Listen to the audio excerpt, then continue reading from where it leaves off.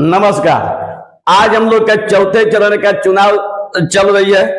चौथे चरण में वोट डालने से पहले या इसके बाद जो पांचवा चरण का जो मतदान होगी, अगर हम लोग वोट डालते समय हमेशा इस बात को याद रखना है, जो मौजूदा सरकार है क्या 2014 में जितने भी वादे की थी क्या उस वादे को पूरा की, अगर यदि नहीं तो फिर नई सरकार को भी मौका मिलना चाहिए। सवाल खड़ा होती है कि अगर नई सरकार आती है तो क्या गारंटी है कि जितना अपने मैनिफेस्टो में करे कि इतना लाख नौकरी, इतना लाख महिलाओं के खातों में ट्रांसफर कर दिया जाएगा, इतना लाख स्टूडेंट को साल में दिया जाएगा, इसकी क्या गारंटी है? तो गारंटी कुछ नहीं होती है। गारंटी तो हमारे मोदी सरकार ने भी की थी 2014 में कि काला धन को ला के सब पूरे देश के नागरिकों को बांट देंगे, भ्रष्टाचार को जड़ से खत्म कर देंगे, फिर इसके बाद हर युवाओं को हर साल 2 करोड़ का नौकरी दिया जाएगा। क्या उन्होंने अपना वादा पूरा किया? सवाल यह भी खड़ा है कि कांग्रेस ने 70 साल में क्या किया। सवाल यह भी देखिए कि 70 साल में कांग्रेस में सरकार कौन थे। गारंटी नहीं है कि हमारे बाप अगर चोर है तो उसका बेटा भी चोर हो जाएगा। ये गारंटी नहीं कि अगर हमारे बेटा अगर हमारे पिताजी आईएएस नहीं है तो बेटा भी आईएएस नहीं बनेगा। ये कोई गारंटी नहीं। इतिहास का पन्ना पलट कर देख लीजिए कि अधिकांश मामले में जिसके पिताजी कुछ नहीं, उसका बेटा आईएएस, उसके बेटा डॉक्टर, उसके बेटा इंजीनियर बन के बैठे हैं। ये कहा नहीं जा सकता है। आप राहुल गांधी हो या कोई भी हो, हम ही नहीं कहते कि आप कांग्रेस को वोट दीजिए या भाजपा को वोट दीजिए, क्योंकि कोई भी सरकार आए तो ध्यान रखना चाहिए कि उसको मौका दिया जाना चाहिए। ये जरूरी नहीं है कि कांग्रेस नहीं किया तो कांग्रेस वालों ने क्या कर देगा। अरे बहुत कुछ कर देगा। हमारे तेजस्वी सरकार को देखिए बिहार में, कहा तो चारा चोर का बेटा क्या करेगा। चारा चोर का बेटा कहीं देने के कितने लोग मास्टर बन गए। आज वो अगर मास्टर नहीं होते तो कितना लोग का परिवार एकदम खत्म था। आज 50,000 महीना उतारे तो लोग कह रहे कि चारा चोर का बेटा क्या कर रहा है। तो क्यों आप लोग जॉब लिए? बीजेपी वाले देते, जॉब लेते। और यही बीजेपी वालों ने देखिए हमारे कल के रैली में हमारे प्रधानमंत्री ने क्या बोला। 10 वर्षों में हमने भ्रष्टाचार के खिलाफ भ्रष्टाचार के खिलाफ लड़ाई लड़ी है। बताइए ये कौन सी बात है? इसका मतलब यही हुआ कि आपने भ्रष्टाचार पर कार्रवाई किए हैं, लेकिन हकीकत दोस्तों यही है कि भ्रष्टाचार पर कार्रवाई कितना हुआ है इस डाटा को देखने के बाद पता चलेगा। पहले इस डाटा को देखिए, क्योंकि मोदी सरकार के कहने का मतलब है कि जो भ्रष्टाचार करेगा उस पर कार्रवाई की जाएगी, लेकिन जो भ्रष्टाचार करेगा उस पर कार्रवाई की जाएगी। तो पहले इस भ्रष्टाचारियों को देखिए, इस भ्रष्टाचारियों को देखिए। यहां पर जय पांडा जमीन घोटाला, नारायण राणे लैंड घोटाला, इस चार्ट को देखिए।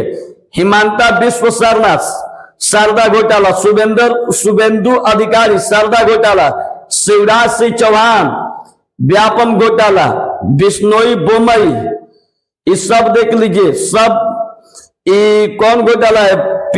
पीएससीएम घोटाला, छगन भुजबल महाराष्ट्र सदन घोटाला, हसन म्यूजियम 1500 करोड़ घोटाला, रघुवर दास टी-शर्ट घोटाला, अजीत पवार सिंचाई घोटाला, पेमा खांडू 2000 करोड़ घोटाला, बाप रे बाप, जय पांडा जमीन घोटाला।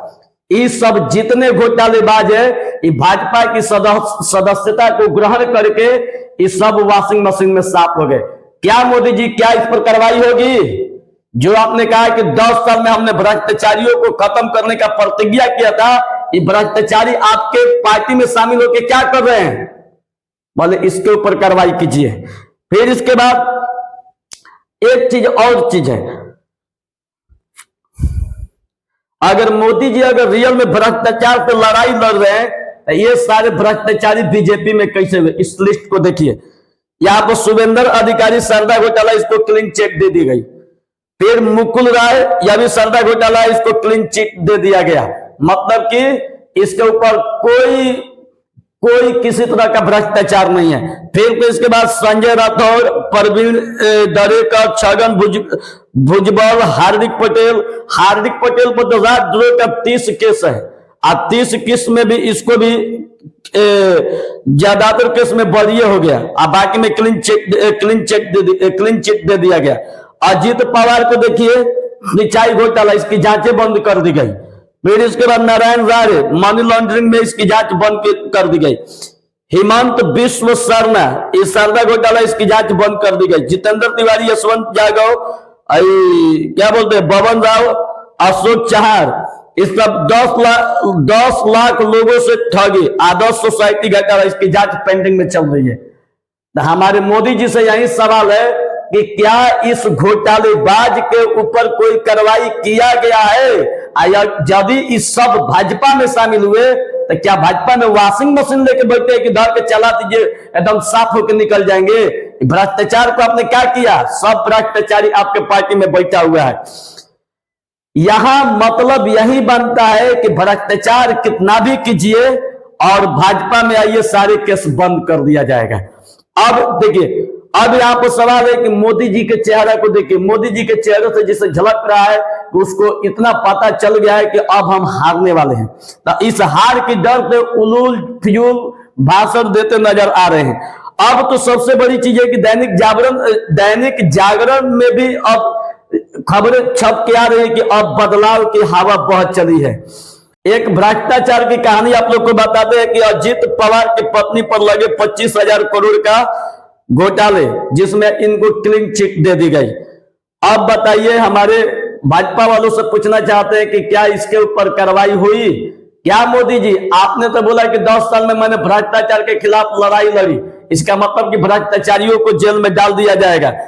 अब आप ही बताइए, जो अजित पवार की पत्नी है, 25,000 करोड़ का घोटाला, उसमें क्लीन चिट क्यों दिया गया? इसका सवाल है। अब बात यहां पर स्पष्ट हो गई है कि मोदी जी के कार्रवाई का मतलब है कि भाजपा ज्वाइन करो और केस बंद हो जाएगा। जिसे हिमांता बिस्वा, अजित पवार, अशोक चौहान, सबका केस बंद हो गया।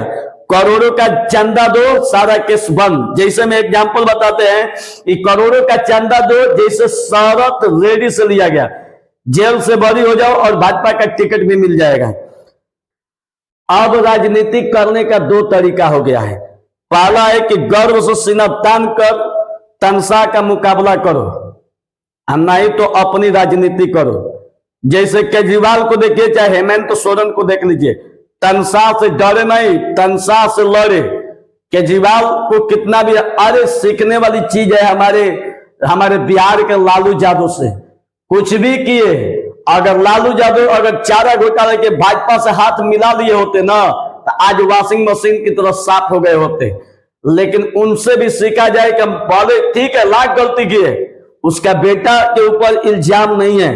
अगर बेटा के ऊपर इल्जाम रहता तो तब कहते कि चारा घोटाला का बेटा चारा घोटाला चारा खा गया। पहले उसको मौका दिया। चारा घोटाला का बेटा का ही देन है कि आज कितने 3 लाख लोगों की घर की आज रसोई में खाना बन रही है। आज 3 लाख से अधिक परिवार आज मोटरसाइकिल और 50 लाख का पेमेंट उठा रहे हैं। आज चारा घोटाला का ही लड़का का देन है।